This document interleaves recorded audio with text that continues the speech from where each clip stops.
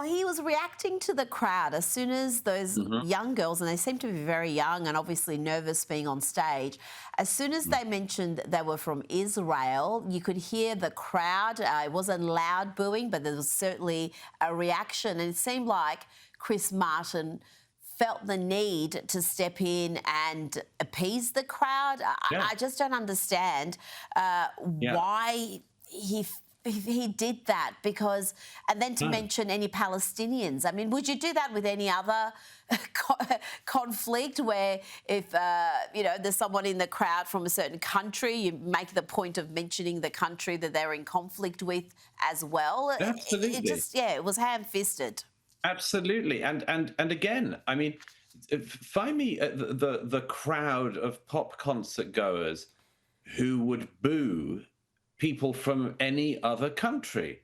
I mean, Mm, if somebody said, if they, where are you from? I'm from Nigeria, and part of the crowd booed, mm. you'd just be like, what is wrong with these people?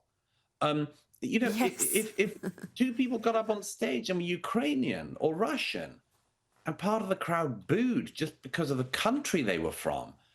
This is, I'm afraid, just an example of the normalization of this bigotry and the incredible penetration of complete untruths into the mainstream of our societies. Staying in the UK, and the Greens believe with their dynamic leadership team they can beat Labor. Zach Polanski has promised to make the party even more radical. This character, Douglas, thinks even women's shelters should not be safe from men identifying as women. Does someone with a penis have a right of entry to a woman's refuge? Does someone with a penis have a right to entry to a woman's refuge? However they identify. Yes, if they identify as a trans person. Yes, he thinks men identifying as women should enter women's shelters as long as they think they're women. And elected as co-deputy leader of the Greens is this character who called October 7 a fight back by Hamas. They're going to use the pretext of the fight back by Hamas fighters, or supposedly Hamas fighters, this morning. Now, remember the situation in Palestine, and especially the situation in Gaza. It's an open-air prison. It's the biggest concentration camp the world has ever seen. Douglas, there you have it. That's the modern-day Greens for you. They don't know what a woman is. They think October 7 was a fight back.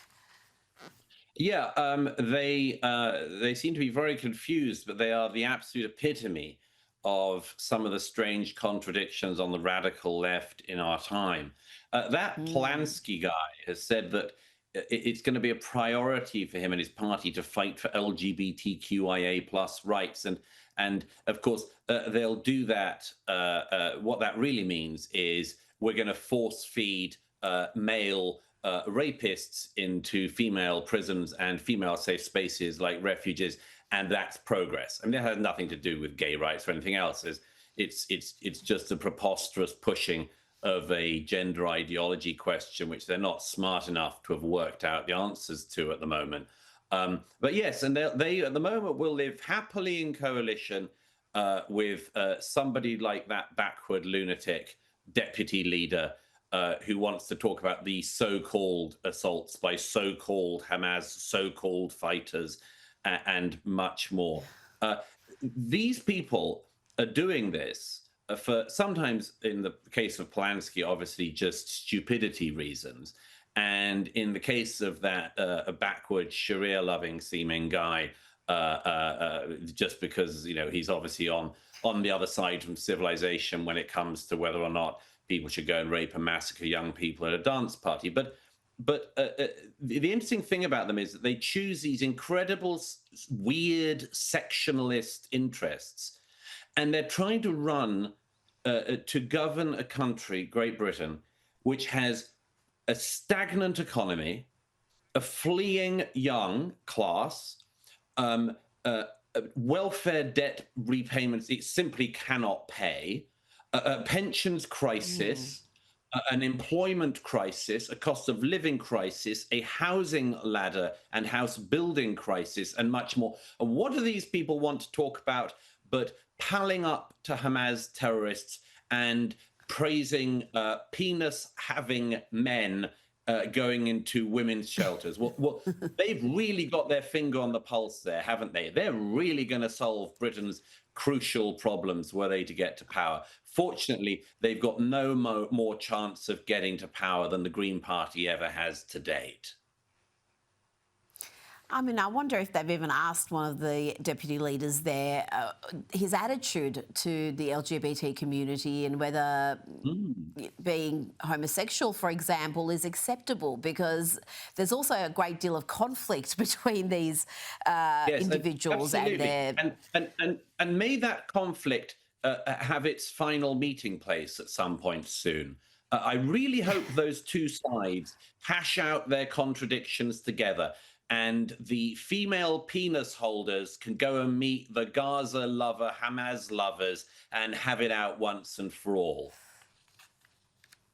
But yes, I think I know how that's going to end. Now, we've just had a very controversial March for Australia rallies around the country just this past weekend.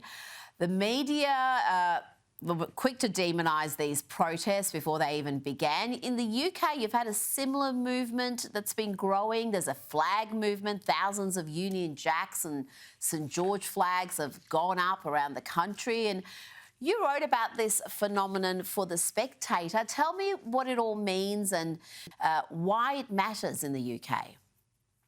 Well, you know, it's really interesting, this, Rita. I was just writing about this morning as it happens. And I said, you know, there are major marches where tens of thousands of people came out flying their national flag in multiple cities and were promptly demonized by their own government, branded as racists by newspapers, and called neo-Nazis by the media. And it happens that this weekend it was Australia that happened in, with the protests in Sydney, Melbourne, and elsewhere. But that could just as easily have been written or said at any point in recent weeks about people in Britain, about people in France, people in America and elsewhere, with the exception that America is actually trying to answer some of these concerns at the moment. But the cause everywhere is the same.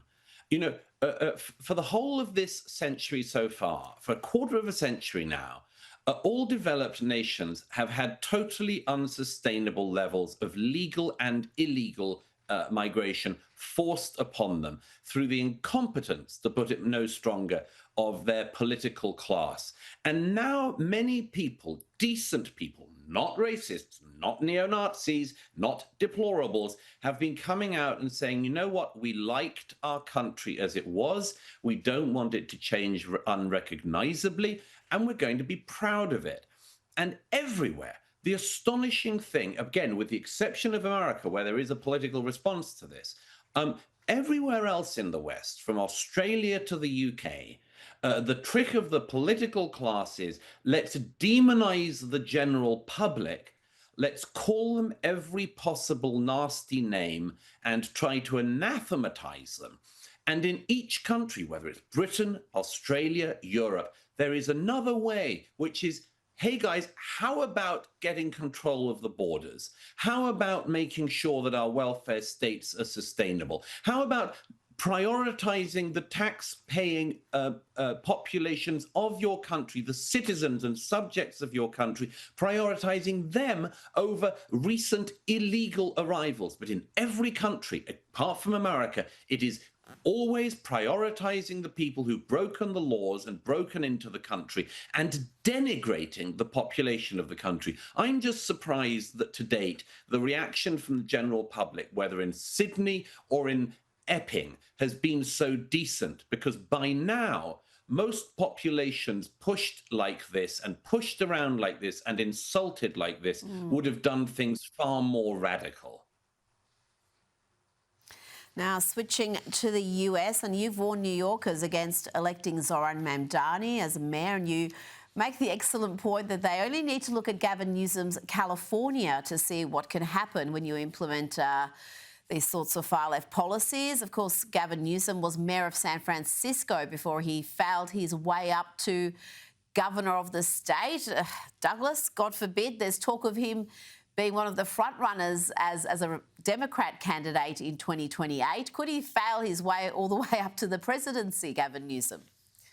Oh, yeah, he probably could. The Democrats haven't got a very deep or talented bench at the moment. And Gavin Newsom seems to be failing up largely because a lot of people seem to think he looks the part and seems to be a nice guy of some kind, which I think is a mistake on multiple levels. Gavin Newsom has been safeguarding, looking after one of the most beautiful states in America with some of the most beautiful parts of nature and indeed cities of anywhere in the world. And he's caused a massive exodus, and he's overseeing a city which, when it's not on fire from wildfires, is on fire from riots. And he'd be an absolutely catastrophic president. But yes, the interesting thing that New York is about to see, whether it elects the radical socialist Mamdani or not, is just how much can you break a city before it's broken for good? There are cities in America that have fallen completely through the floor. Occasionally they come back, but cities like Detroit have fallen through the floor in past generations. LA has been stress tested to an incredible extent. San Francisco, ditto. New York, people like Mamdani, the failed rapper, seem to think that they can just stress test a city like New York endlessly. You know, the interesting thing in America is that you can't, not least because one of the geniuses of the federal system is that it means it is incredibly easy for somebody who has been tested too much in New York, who's paying taxes that are too high, to live on streets where there are needles lying around and homeless and illegal migrants around the streets and dangers on the subway and much more. They can just leave and go to Florida where they'll have a better standard of living, or they can move to Texas. It's so much easier than, say, if you're in Australia or Britain, and you've decided you're being so badly governed you want to get out. In America, it is incredibly easy to move between states. And if Mamdani gets in New York, not only will he hike the taxes, he'll, of course, as he said, he'll tax the white in particular. No racism there, of course. And I think we will see a massive exodus of talented people, and not just the 1%, but the sort of people who work hard to afford to live in the extremely expensive city of New York. You'll see an exodus of those people. And yes, it's not inevitable that a city like New York can just be endlessly tested, because there have been times in the city's history before, not least in the 1970s, where you showed that actually you keep testing New York like that and it can fall an awfully long way. And maybe next time there won't be a Giuliani figure to save it.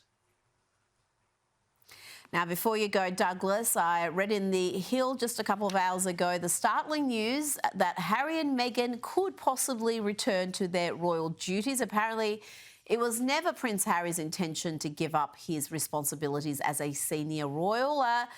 Douglas, I know this keeps you up at night, but do you think Harry and Meghan could do their so-called passion projects while serving the crown? I love this alleged spin that it was an accident that he gave up his royal duties. You or I might forget to empty the dishwasher. Harry forgot to keep doing royal duties. Could happen to anyone, you know. I mean, it was only his main job and role in life. So no, I don't particularly buy that. I suspect they will hold out in Montecito as long as they can, until the Netflix deals dry up further and the sales of Meghan's jam don't bring in sufficient funds. And at that point, they may try to make a re-entry. But I love this thing of just sort of forgetting about it. It's like, whoops, I left the country, insulted my family, and stopped doing any royal duties, but I didn't mean to. Brilliant. Only Harry and Meghan could do that. Absolutely. Douglas Murray, thank you so much for your time tonight. Great pleasure as always. Thank you, Rita.